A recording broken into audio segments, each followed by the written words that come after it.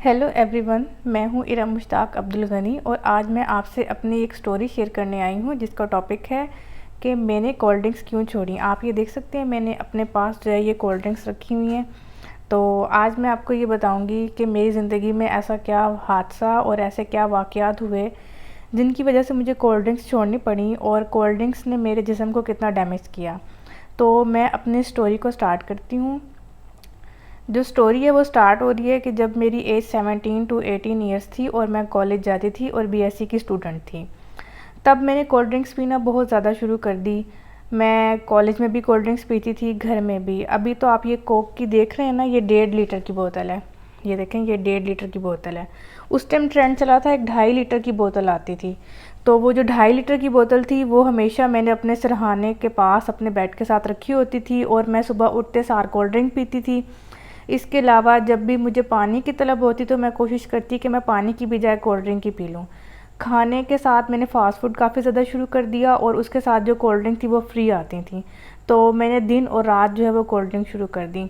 उसका एक side effect ये हुआ कि मुझे कोल्ड ड्रिंक की तलब होने लग गई। हर वक्त मेरा ये दिल चाहता था कि मैं बोतल पीती रहूँ। मतलब इसमें एक एडिक्टिव शुगर होती है जिससे बंदे को एडिक्शन हो जाती है कि वो हर वक्त जो है वो कोल्ड ड्रिंक ही पीता रहे। आहिस्ता आहिस्ता जो है वो टाइम गुजरता रहा। फिर मैं यूनिवर्सिटी चली गई, तब भी मेरी यही रूटीन थी कि मैं कुछ ना कुछ कोल्ड ड्रिंक पीती थी, जूस पीती थी। और ये जो मीठा है इसको मैंने कभी मेजर नहीं किया था, बस मैं इसको पीती ही रहती थी।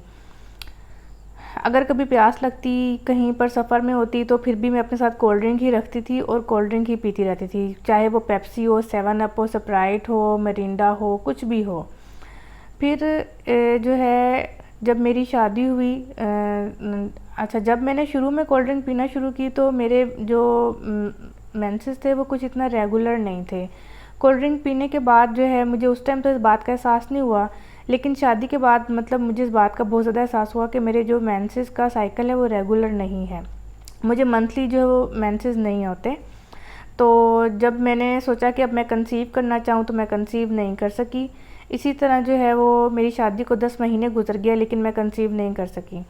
आखिर जो है मैंने और मेरे हस्बैंड ने डॉक्टर के साथ कंसल्ट किया कि इसकी क्या वजह है। जब मैं डॉक्टर के पास गई तो डॉक्टर ने मेरा अल्ट्रासाउंड किया तो उसने मुझे बताया कि आपके मेंसेस रेगुलर नहीं है और आपको पीसीओएस है, जिसकी वजह से जो है आप कंसीव नहीं कर सकती और आपको जो है इसके लिए इलाज करवाना पड़ेगा, मेडिसिन लेनी पड़ेगी। तो फिर मैं बहुत परेशान हो गई कि अब मैं क्या करूँ, ये मैंने अपने साथ क्या किया है। खैर, फिर जो है मैंने 6 महीने मेडिसिन ली, मेडिसिन रेगुलर मैं खाती रही और डॉक्टर ने मुझे स्पेशली मना किया कि आपने जो है ना कोई भी मीठी, बिल्कुल भी कोई मीठी चीज़ जो आपने बिल्कुल नहीं खानी और रेगुलर जो आपने वॉक करनी है।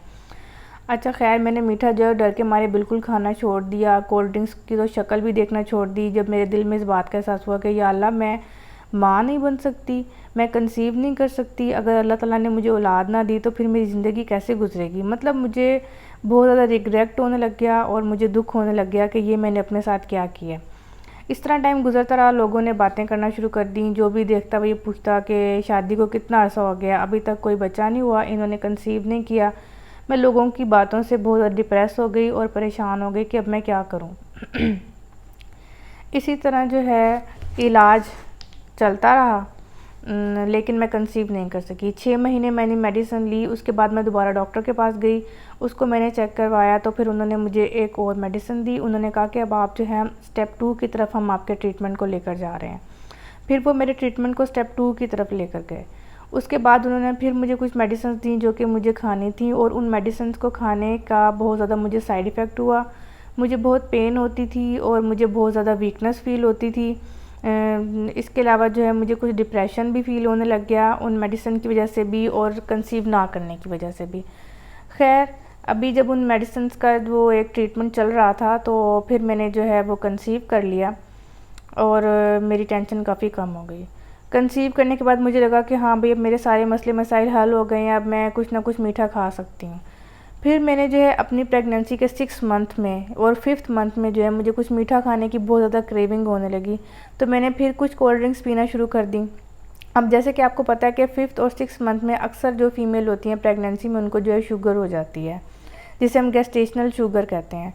तो मुझे जो है अचानक तबीयत फिर से ख़राब होने लग गई, यूरिन जो है वो बहुत ज़्यादा आने लग गया और उसके अलावा जो है मेरे हाथों पाँव में काफ़ी ज़्यादा जलन महसूस होने लग गई। तो मुझे लगा कि अब मुझे फिर डॉक्टर को दिखाना चाहिए। मतलब कि यूरिन जो था उसको रोकना मुश्किल था, रात के टाइम तो ख़ास तौर पर।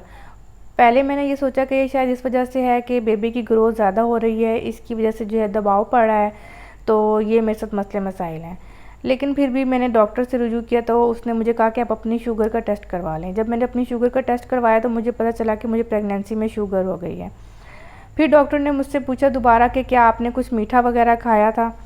तो मैंने डॉक्टर को कहा कि हाँ, मैंने कुछ कोल्ड ड्रिंक्स पी थी। डॉक्टर ने जो मेरा मतलब यानी कि शुरू से डॉक्टर था जो मेरा ट्रीटमेंट करा था, जिसकी मेडिसिन से ही मैंने कंसीव किया था, तो उसने मुझे ये कहा कि जब आपको पता था कि आपको पीसीओएस का मसला है तो आपने अपने आप को शुगर करवाने के लिए जो है मीठा खाना शुरू कर दिया है और कोल्ड ड्रिंक्स पीना शुरू कर दिया। तो मुझे फिर दोबारा बहुत शर्मिंदगी हुई। मैंने सोचा कि अब ये मैंने क्या किया, अब मुझे शुगर हो गई है, मेरी जान तो ख़तरे में है सो है, साथ मेरे बच्चे की जान भी ख़तरे में है। तो ये जो चीज़ थी मेरे लिए बहुत ज़्यादा डिप्रेसिंग थी और मुझे इससे बहुत ज़्यादा टेंशन हुई कि अब मैं क्या करूँ।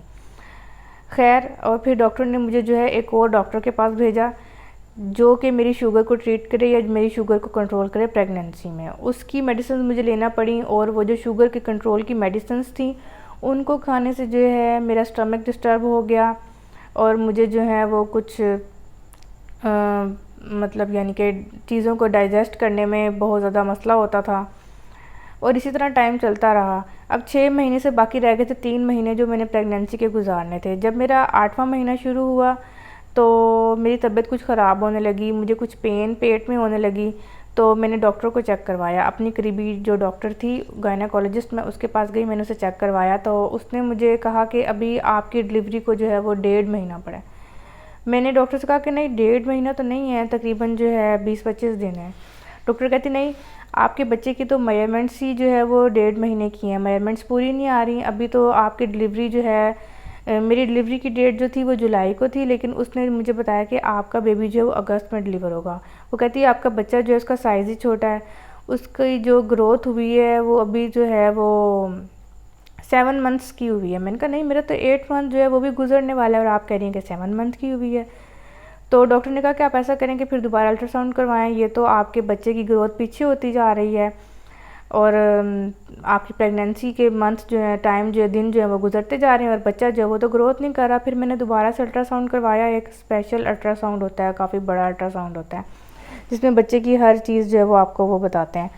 तो जब मैंने वो अल्ट्रासाउंड किया तो उन्होंने मुझे ये बताया कि जो मेरे बच्चे की खुराक की नाली है जिससे बच्चे को खुराक जो है माँ के पेट में जाती है, उसकी जो है 2-3 शाखें निकल आई हैं और जो खुराक है वो बच्चे को जाने की बजाय जो है ना वहीं पेट में जमा हो रही है, बच्चे को नहीं जा रही।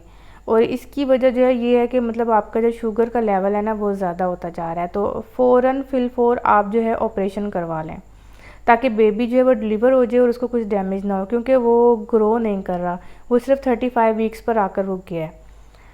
तो ये बात मेरे लिए बड़ी हॉरिफाइड थी। मैं सोचती थी कि मैं बेबी को नॉर्मल डिलीवर करूँगी, लेकिन जो है मुझे ऑपरेशन सजेस्ट किया। मेरे जो गायनेकोलॉजिस्ट थे जिनसे मैं शुरू से इलाज करवा रही थी, जब उनके पास गई तो उन्होंने मुझे ऑपरेशन सजेस्ट किया और मेरा बच्चा जो था वो बहुत वीक हो गया शुगर की वजह से। और जब मैंने बेबी डिलीवर किया तो वो मैंने 37 वीक्स का जो बेबी था वो डिलीवर किया। हालांकि मेरी प्रेगनेंसी जो है वो 9th मंथ पूरे कर चुकी थी और 40 यानी कि वीक्स की हो चुकी थी और बेबी जो था वो भी 36 to 37 वीक्स का था और काफ़ी वीक था। और मुझे जो है मेरा जिस्म भी काफ़ी ज़्यादा फूल गया और मुझे काफ़ी ज़्यादा जो है इसके साइड इफ़ेक्ट भुगतना पड़े, डिप्रेशन को भुगतना पड़ा। और रीज़न सिर्फ और सिर्फ ये थी, ये कोल्ड ड्रिंक्स जो मैंने बेतहाशा पी थी, अपनी जो है छोटी एज में मैंने पीना शुरू कर दी, जिसकी वजह से मेरे मेंसेस जो थे वो इरेगुलर हो गए और मेरे मेंसेस कभी भी रेगुलर नहीं हुए। इवन देन अब तक जो है मेरे मेंसेस जो है वो रेगुलर नहीं है और मुझे कंसीव करने के लिए अभी भी जो है शायद कोई मेडिसिन लेनी पड़े। तो ये एक पब्लिक मैसेज था उन लड़कियों के लिए जो कोल्ड ड्रिंक्स बहुत पीती हैं और लड़कों के लिए भी, कोल्ड ड्रिंक्स से कोई भी फ़ायदे नहीं, ये हड्डियों को भी ख़राब करती हैं, आपके जिस्म को भी ख़राब करती हैं। जिस्म को फुला देती हैं। तो बराए मेहरबानी जो है आप इन कोल्ड ड्रिंक्स को अपनी ज़िंदगी से दूर भगा दें। जितना आप इनको दूर भगा सकते हैं ना, आप इनको दूर भगा दें। ये आपके लिए भी बहुत नुकसानदेह हैं, आपके ख़ानदान के लिए भी, आपकी सेहत के लिए भी। और अगर एक दफ़ा प्रेगनेंसी में गेस्टेशनल शुगर हो जाए तो इस बात का बहुत चांस होता है कि फ़ीमेल को अगले ही 5 या 10 साल में शुगर हो जाती है। तो खुदारा आप जो है अपने आप को इन कोल्ड ड्रिंक से बचाएं। ये मेरा एक एक्सपीरियंस था जो मैंने आपके साथ शेयर किया। इससे जो है आपको फ़ायदा मिले और अल्लाह करे कि आप लोग जो है इन कॉम्प्लिकेशन से ना गुज़रें जिनसे मुझे गुज़रना पड़ा, और आप कोल्ड ड्रिंक्स को जो अपनी ज़िंदगी से निकाल दें। अल्लाह ताला आपका हामी और नासिर हो। मुझे अपनी दुआओं में याद रखिएगा। अल्लाह हाफ़िज़।